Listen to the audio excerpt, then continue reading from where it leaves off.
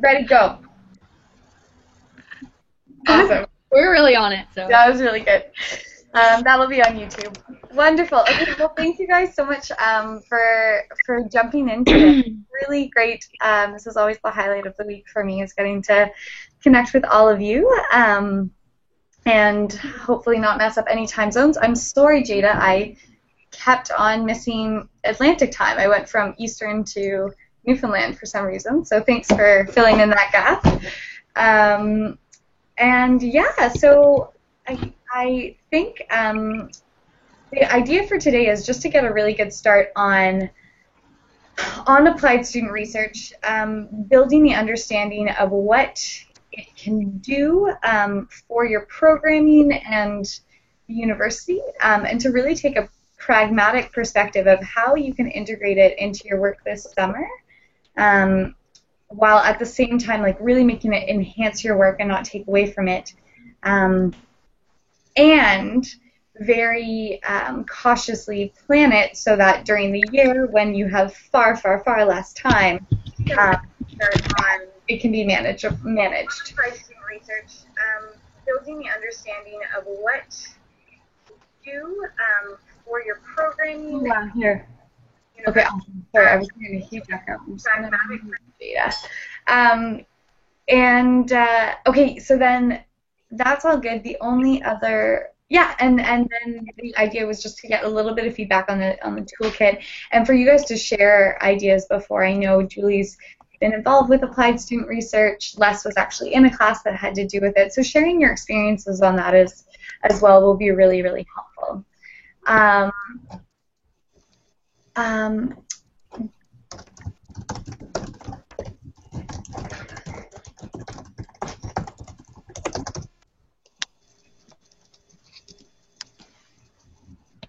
Sorry, I'm just...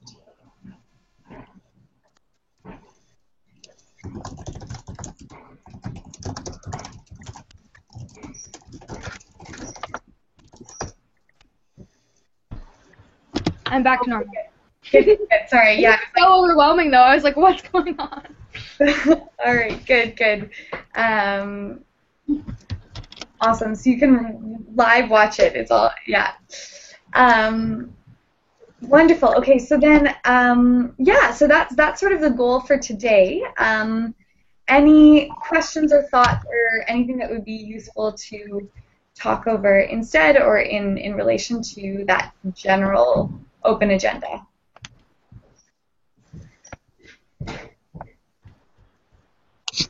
Sounds good on this end. Okay, great. So, first off, I would love to do a bit of what's cooking, what's going really well, and what's a little bit of tough meat on campus, or tough beans, just to get a little bit of a glimmer into what everyone's up to. We'll start there. So how about we start with you, Jada? Oh, okay.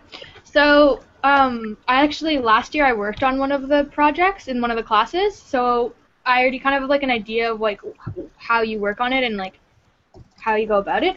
But so we have a couple classes that we are going to do next year, which is cool. But I think the biggest struggle for me is what do you do with the research after, and how feasible is it to have our own seeds library at Dal, and what are the best approaches? Who would find this information interesting? So that's my biggest difficulty. Great question. Hopefully we can dig into that a bit more. Cool. And any other things going on at Dal that you want to share out? Okay. I thought it was just this. We're focusing on O Week and trying to get all local food for O Week, and so we're trying to figure that out. And what else are we working on? We're trying to figure out commissioner position within the Dalhousie Student Union, and where would that go, and who can pay for it. And we're looking into having green guides. We have green guides at Dalhousie before, but I'm talking to the College of Sustainability to reprint them and update them and have a more emphasis on food. So that's kind of exciting. Cool. Great. Perfect. Thank you so much. Okay, Julie. On food. Yes, so lots going on at the U of M. I think one of the biggest areas we're working on that's related to a few different components is our campus food strategy. And so we did have 6 or 7 students work on some ASR projects related to the baseline for the campus food strategy, and now we're just trying to translate that information into I guess, usable information because the project for their class wasn't as specific as what we needed. And so we're trying to figure out a way to, take what they did and turn it into something that's going to be usable. And that's actually one of the questions I have for this meeting. Is there a more efficient way to do that? And so we're also looking at doing an engagement process for the campus food strategy, so lots of work within that context. And then in terms of challenges, I would actually say it's taking a lot of the student projects that were done over the winter and really figuring out how to best use them, and then taking a lot of what we did this winter into formalizing a process, which is more difficult than I thought it would be, just kind of taking all of the different pieces and putting it together. So I guess it's a good challenge. It's not a difficult challenge. It's just a time-consuming challenge. I would leave it at that. All right. Well, I think it's in good hands with you, Julie. But yeah, thanks. I really appreciate these are great questions, and I'm so excited to co-think together on this with applied student research. And I have in some experience in terms of navigating some of these, but I think we all collectively can think through and also criticize and question this. So really excited about that. All right, Les at Memorial. For applied student research, we're in a lot of a planning stage right now. We've gotten into the conversations with most of the profs that are going to be conducting the courses next year. One of the things that we found successful with it was going on the actual MUN website, looking at the faculty and looking at their own research that they do outside of classwork and trying to get them passionate about that, connecting it back into classwork views or research that we can use. It's also mutually beneficial to our own. Right now, it's kind of hard designing some of the courses. So it will be feasible at an undergrad level. We have a lot of great ideas that would work really well for grad students. We're just trying to make these more accessible to your class rather than just stuff that's very complex. So we're trying to form some linkages between different classes so that they can potentially work together or potentially projects that aren't going to last one semester but go forward.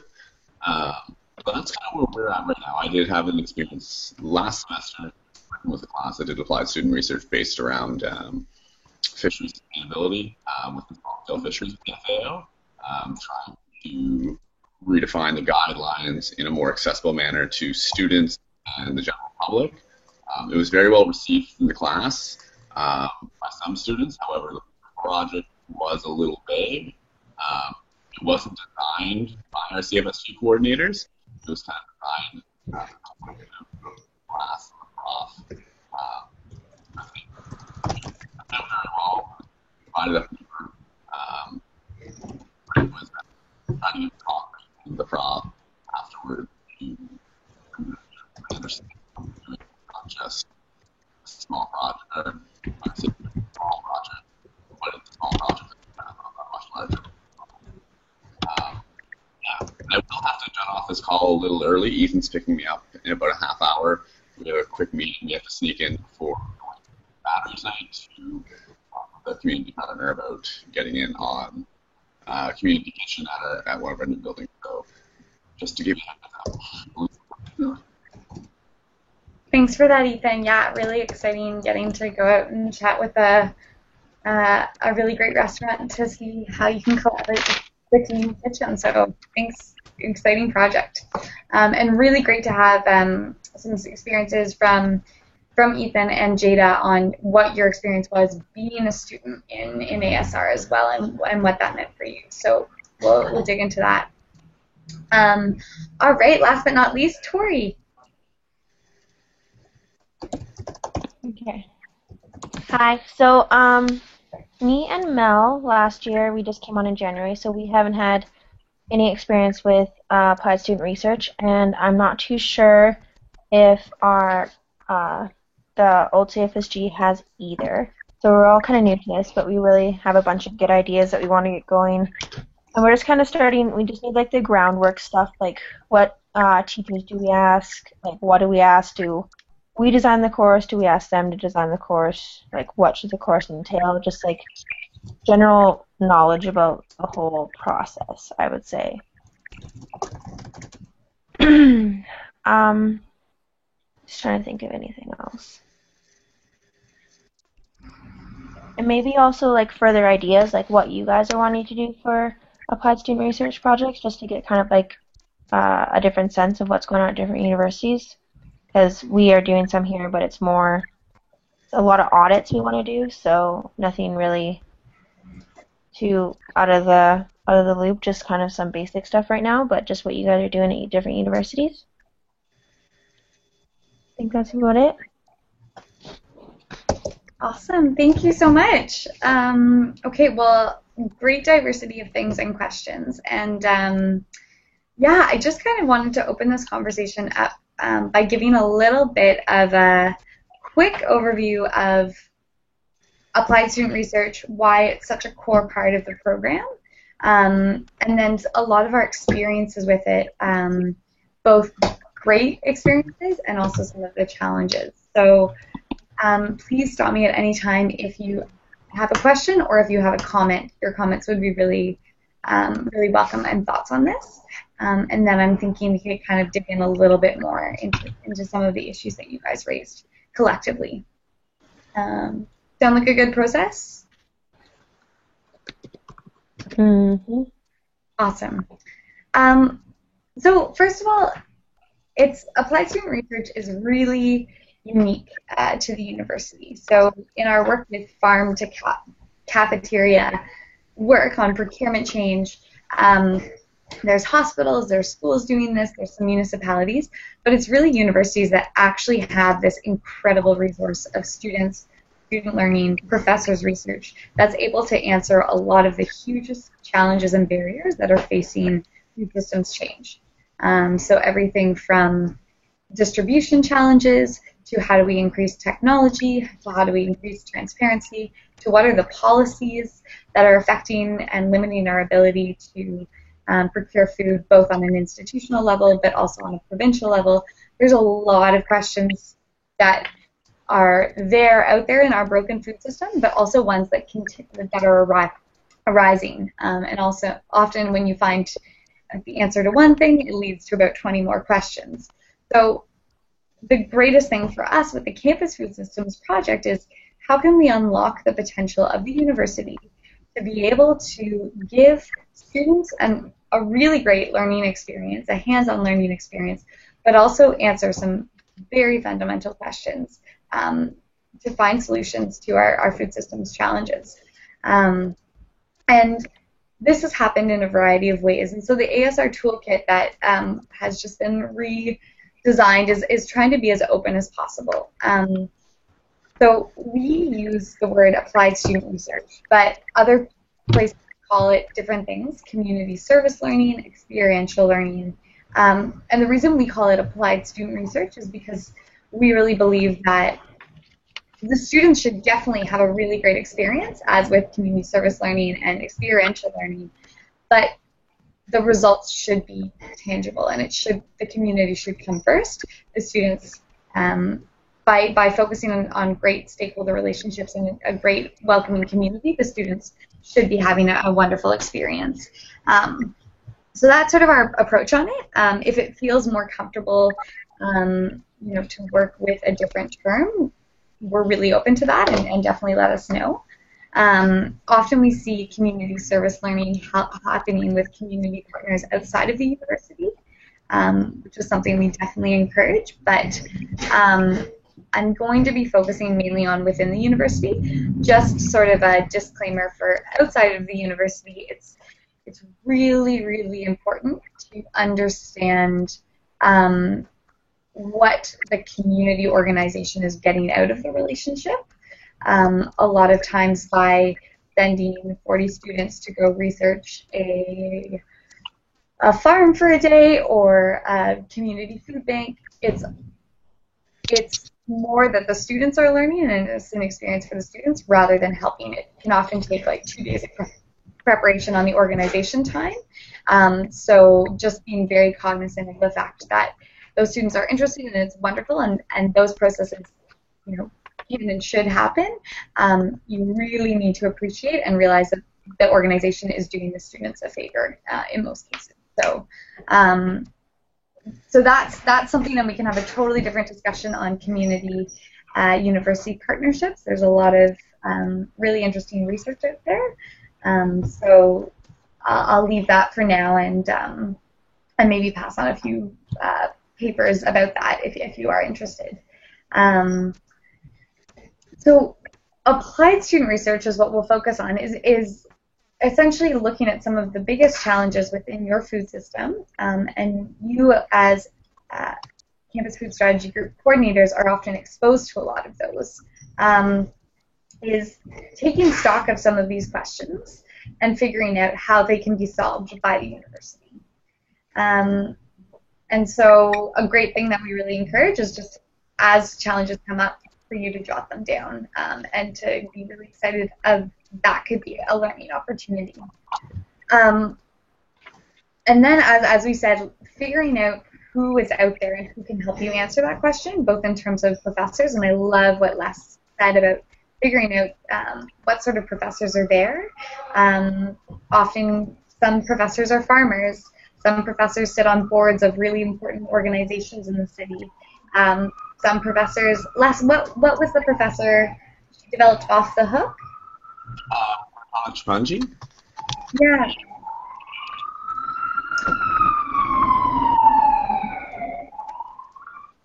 Oh, I think you're muted. Sorry. Oh, am I? No, you're all good now. Can you hear me? Yeah. Okay, cool. It was Ratana Chpanji. And just through being in her class, I found out she works with the FAO and the UN, working on sustainable small-scale fisheries. So she had some really big connections with that. She actually ended up bringing in people from the Norway delegation for the FAO to our class to speak and stuff like that, and tried to bring our research not only within the school, but tried to bring that to an international organization and other countries to see how they could use what we were doing. Yeah, so that was a very, very, very great experience. Not everyone in the class got out of it what you could get, but those of us that really got engaged with it, it really defined what we did and how that course went for everyone. Awesome. Fantastic. Yeah, so researching professors and figuring out who's out there and what sort of resources you have on campus can be really important, as well as Les said, just talking to people and figuring out their connections. If a professor doesn't have time and capacity, chances are they might have some graduate students or students who could help work on these projects. And then being able to connect. Sorry guys, there's lots of background noise today in the city. Being able to connect and share out these ideas and figure out how it's going to land is really important. So I know at many universities, Dalhousie specifically, they have courses that are really focused on solutions. There are already courses that exist where the professors are used to this. They use campus as a living lab to answer questions. So a suggestion there is really working with these professors to hone down on what's the end product. What would you really like to see? In other cases, you may have lots of ideas, and I'm thinking maybe UNBC in this case, and it might be useful to bring a variety of professors together and just pose a list of your questions and say, these are what we're trying to solve right now. Does anyone know people? how can we find solutions to this? And just putting this out, whether it be on a listserv or it be in person with a group of researchers, can be really important. Another opportunity is working with a dean or someone a bit higher up who has a bit more of a bird's eye view to be able to bring forward some of these questions. But the caution there, as we learned from Memorial last year, is sometimes that information does not get passed down. So a suggestion to navigate that would be working with maybe a high-level individual to identify who you need to work with, and then you actually going and really meeting and setting up standards. Is all of this sort of making sense or sounding, if any of it's like redundant, let me know. So once you've identified a few questions, you've figured out who you want to work with. My first feeling would be start small and be very focused and figure out what your end product is going to be. And the really cool thing, some of the most successful ASR projects we've seen have been things like a graphic design logo or a poster. Something that might not seem that academic. It's not a formal 40-page paper, but it's going to be so much more useful to you than a whole bunch of research. So think about what sort of different types of projects and different types of end product you want out of that relationship, and make it really, really clear with the professor what that's going to look like. And how that information is going to go back and forth. We have seen in some cases professors actually be interested in writing sort of memorandums of understanding between the campus food strategy group and students. So what the end product is going to look like, how many meetings they'll be had, what the responsibilities and roles are of those involved. That's a really formal process, and if anyone feels like that would be useful, we can definitely craft one up together. That's an option. But my experience with applied student research, I guess I'll tell that story in just a second. But it was very informal, always. So we talked about the ideas, the people, what the end product is going to look like, as well as, I guess, the process is really important. So with applied student research, some of it can be research that you guys actually won't use. Something that's been really effective has been, how can you utilize students to really support your work? And one idea is getting classes out to your events. Getting journalism students out to a community meeting or a town hall or a community kitchen, and writing up a paper about their experience.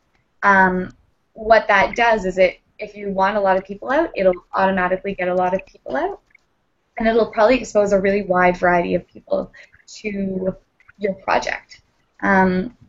We've seen that most people in applied student research projects really feel empowered by it, and actually about 6 coordinators have come on to be campus food strategy group coordinators or dedicated volunteers because they've been in an applied student research project. So it's a really great way to build student engagement. So that's sort of like a really broad overview, and I think we should dig into the questions in a like almost right away. I just wanted to share briefly my experience with applied student research and why I'm a really big advocate of it, and then I want to dig into some of the challenges.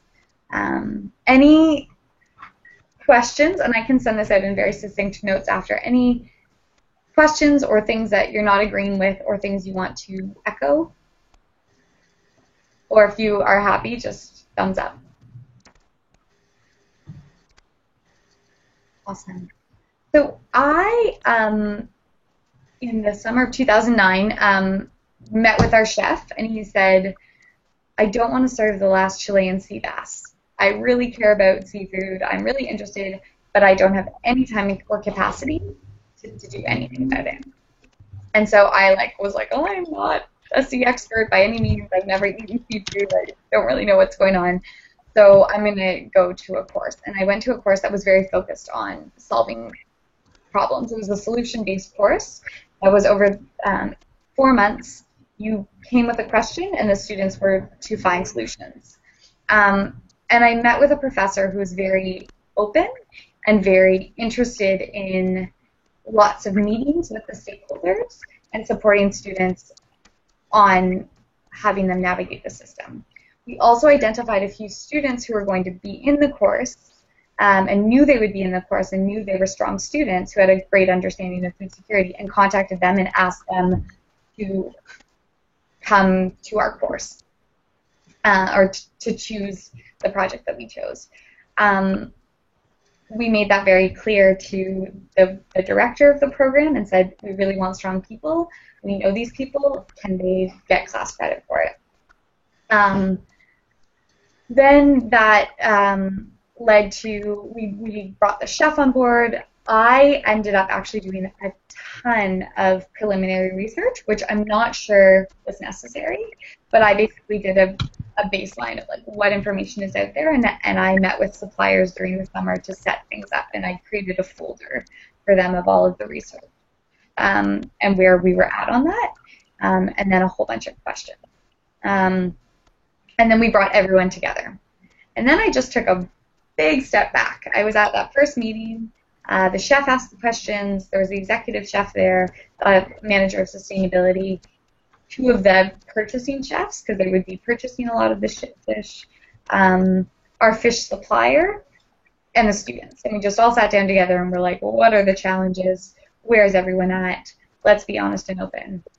And what would we like to see out of it? Like, yes, we want to be serving sustainable seafood, but what does that really mean? And what it boiled down to was that the chefs would need to know when they purchased, when they sent in their order, that they were getting sustainable seafood. They just wanted to know that. And it needed to be easy, and it needed to be done weekly, and we went through the menus and figured out, you know what, they still need salmon, they still need cod, but maybe they wouldn't need haddock once in a while. I mean, haddock's one of the most sustainable fish. But, like, you know, we sort of went through all of that. And it was a really great first meeting. And we left that meeting with everyone feeling excited. We sort of had a point person. People identified what they were interested in researching. And I took a huge step back. I was available by email, but that was sort of how I felt about my role. And then I came in, I guess, at the end, and there was this awesome paper written. There was lots of information, lots of suggestions, lots of conversations, and that was it. And then the students were done their course. They got an A. It was great, but we didn't have it yet. And so we established that in our roundup meeting. Like, it was great. It was en route, but the solution wasn't there. And so we identified 3 students in that group of 8 who were committed to seeing this through. And it took a bit of coaching, saying, like, you know what, the chef is invested. This is huge. Like, this is the potential to not only build on your course, but this is your potential to, like, tell an amazing story of your impact on this university. And then we got the chef really excited about the potential of this happening, and he ended up hiring one of the students to implement this. And Will, who was a wonderful student, ended up being one of my colleagues in the movement on campus, and worked on a variety of different sustainability initiatives with the food services, but fish was his be-all and end-all. And what they decided is that Marine Stewardship Council certification was the best fit for McGill. And this student ended up getting, like, basically everyone on board. He was able to translate their research and the 4 months to the sustainability manager, to the director of ancillary services, to our suppliers. So everyone started to get on this track. Took a year and a half. And it took the certification of not only the university but also all of our distributors, which has led to most of the hotels and hospitals now buying certified sustainable fish in Montreal, because that information was out there. So that was almost a 2-year process, from conception to realization. But enough people got excited about it that it happened. And it's one of McGill's proudest stories now. So that was a really positive experience, but just to say, you guys are, if you're just starting and like, well, how is this going to be implemented, it can take a long time. The other applied student research project I was involved in was one that 4 of my friends and I wanted to craft ourselves. We wanted to create a community kitchen on the agricultural campus at McGill, and it seemed like nothing really had happened, but we got really inspired and made a website and told all these people about it, and it's called the Out of the Garden Project. I actually just got an email from my professor from that course this morning, who told me that there are now 2 bakeries on campus from students who've grown their own wheat and beet sugar, and it's a really cool process. So it takes time, and that's why in this toolkit we really want to focus on the coordination of this.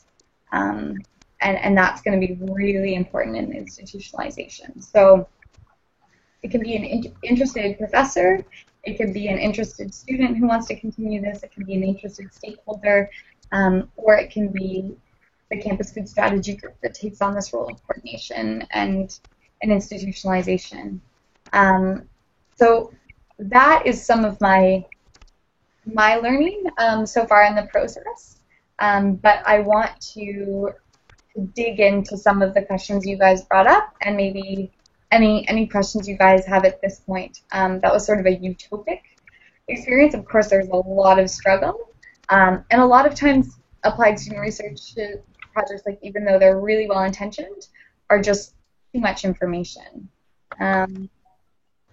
So last point I'm going to say is I just we do some applied student research on a higher level, like with what's happening on the national level, and we have public policy students doing that work, and we've had reports done by them before, and they're wonderful, really well researched, but they're 40 pages, and I don't have time to read 40 pages nor know what to do with that information. So this time I asked them at the get-go to prepare a 6-page document after a year of research, and ask them like incredibly specific questions, and that to me is so much more useful, that 6 pages, than a wider scope. So I guess my key learnings are start small, it takes a long time, but get people inspired in the process. So would love to hear any thoughts, feedback, and then dig into some of your questions and ideas. I'm going to jet out in a minute, but I'll quickly make a couple points. Really interesting hearing about the Marine Stewardship Council certification. We actually had a similar experience here at MUN when we were getting bidders certified to be LEAF certified. I wasn't involved in it, but they were going through and looking through the product baselines.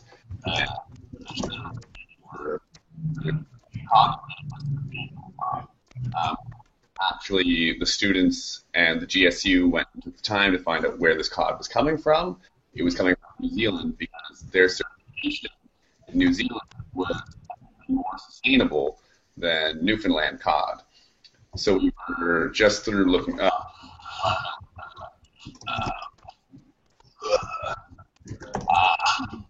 Just that little bit of research through that, we were able to go back, find out the differences between the certifications and stuff like that. We actually, that is one of our applied student research for the fall, is looking between the different certifications available in Newfoundland, and then moving forward to what our dining hall and people on campus should be going with, and why.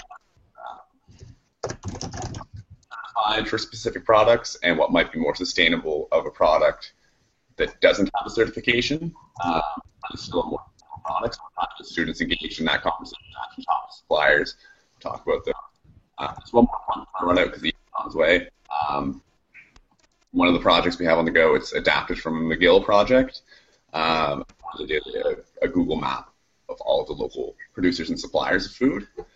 We brought I think it was McGill, it might have been University of Toronto, but we took that to a prof and asked him to do a community planning course, and he got really excited about it, and his ideas that spun off from that spun off into 7 or 8 different courses, as using it first, gathering the information, getting a large data set of who the local producers are, and where they're located. One course we had the idea was a computer science course, turn this into an app. Another one was a mapping course and identify areas of high population of food density, with stats combined with debt affordability in Newfoundland's a big issue. So they want to find areas where there's a lot of local producers, however, employment is low. So try to connect that back to community and government. So a lot of ideas spanned off of this really tiny thing, and so we got the ball rolling, but it was really what we found so far that we've been able to collecting the data and getting all the information available in one class so that they can take that data in another class or grad student to have it useful. Like the collection of the data seemed something feasible for undergrad students. In a 3rd or 4th year course, it wasn't too daunting to ask to start small. And as well as us, as well as the university and other students, they communicate, and we already have professors talking to collaborate on getting data, processing it in a variety of ways. So I guess anyone wants to talk about that, about getting data sets together, apply student research and the basis of it. I'd love to read the notes later, but Ethan's waiting for me outside. So have fun, everybody. Pleasure to meet with you all again. Thanks, Ethan. Thanks, Les. Have a good time with Ethan. And yeah, thank you for that. That's really interesting. Starting small with data and seeing where it can go and see if it can a professor can connect it through. So thanks so much. We'll send along the notes after. Perfect. Have a good one, guys. Awesome. Okay. Awesome. Julie, are you any thoughts there? Yeah, I've been writing down a ton of different things as the conversations are going, including getting that applied student research project about the community kitchen from you, perhaps at a different time. Am I breaking up? No, sorry. There's just okay trucks going by here. Okay. Oh. Yeah. I'm on campus and the internet isn't always ideal. We're good? Okay, wonderful. Yeah, I think some of the biggest things and takeaways that we learned this past semester is just having the projects be very specific, having very specific deliverables, but then also really understanding what the course objectives are and catering the project a little bit more towards meeting those, but also within that, getting what we require. So for example, we did a baseline assessment of our food system, which was quite extensive. So we tried to get a few different pieces that students could work on. On the class that we worked on, they had 20 hours for a project related to environment. And so we had 6 students working with us.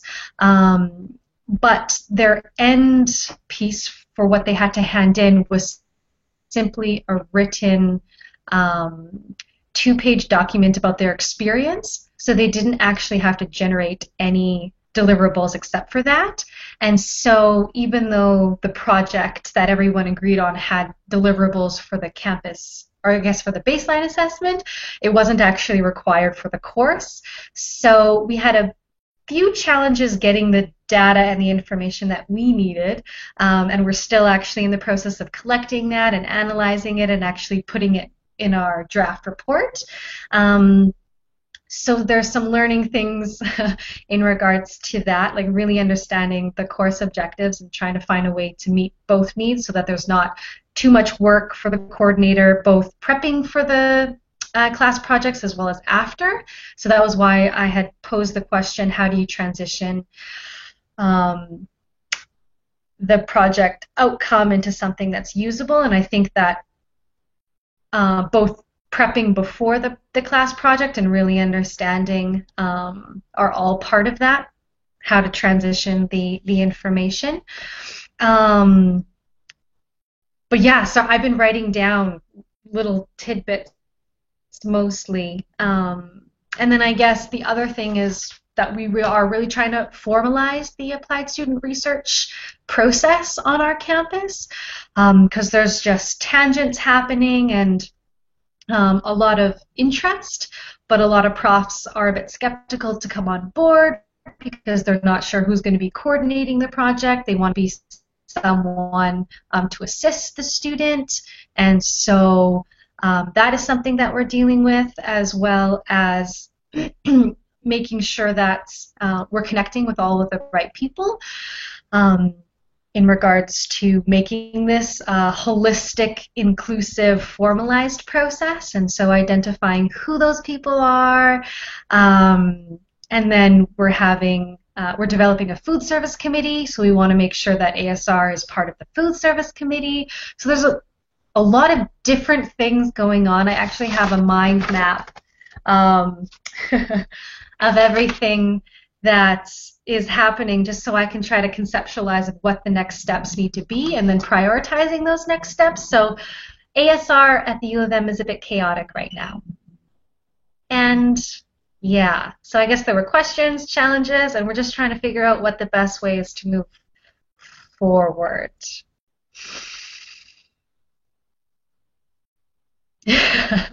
Oh,